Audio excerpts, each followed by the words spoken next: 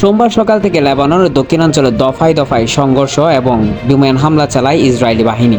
একযোগে লেবাননের উপর এত হামলা নজিরবিহীন ছিল সেই দেশটির জন্য। এতে করে হিজবুল্লাহর ৩ শতাধিক ঘাঁটি ও স্থাপনা গুড়িয়ে দেওয়ার দাবি করেছে ইসরায়েলি বাহিনী। এদিকে লেবাননের স্বাস্থ্য মন্ত্রণালয় জানিয়েছে, ইসরায়েলি এই হামলায় বহু মানুষ হতাহত হয়েছে লেবাননে। এদের মধ্যে রয়েছে নারী, শিশু ও চিকিৎসক। এসব এলাকার বাসিন্দারা বলেছেন, সোমবার সকাল থেকে একের পর এক ফোন কলে তাদেরকে দ্রুত বাড়ি চড়ার নির্দেশ দেওয়া হয়। লেবাননের টেলিকম অপারেটরগুলো বলেছে, ইসরায়েল থেকে ৮০,০০০-এর মতো নাম্বার থেকে কল এসেছে লেবাননে।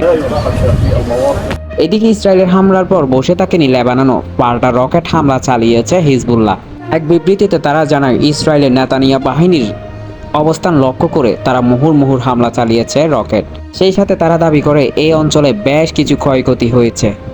এদিকে শনি ও রবিবারও হিজবুল্লাহর অন্তত ৪০০টি ঘাঁটিতে হামলা চালিয়েছে ইসরায়েলি বাহিনী। তেল আবিব দাবি করে ১,০০০-এরও বেশি রকেট উৎক্ষেপণ যন্ত্র তারা ধ্বংস করেছে। ইসরায়েলের প্রধানমন্ত্রী নেতানিয়াহু জানিয়েছেন, যতক্ষণ না পর্যন্ত নিরাপত্তা নিশ্চিত হচ্ছে ততক্ষণ পর্যন্ত তার বাহিনী যা করার তাই করবে। এদিকে ইসরায়েলের প্রধানমন্ত্রী এই হুমকিকে মোটেও পাত্তা দিচ্ছে না হিজবুল্লাহ। তারা জানিয়েছে, তারা তাদের অবস্থানে অনড় এবং আক্রমণের পাল্টা আক্রমণ তারা করেই যাবে। ইসরায়েলের এই হামলা চলমান আন্দোলনকে নতুন এক পর্যায়ে নিয়ে গেছে বলে দাবি করেন ওই নেতা।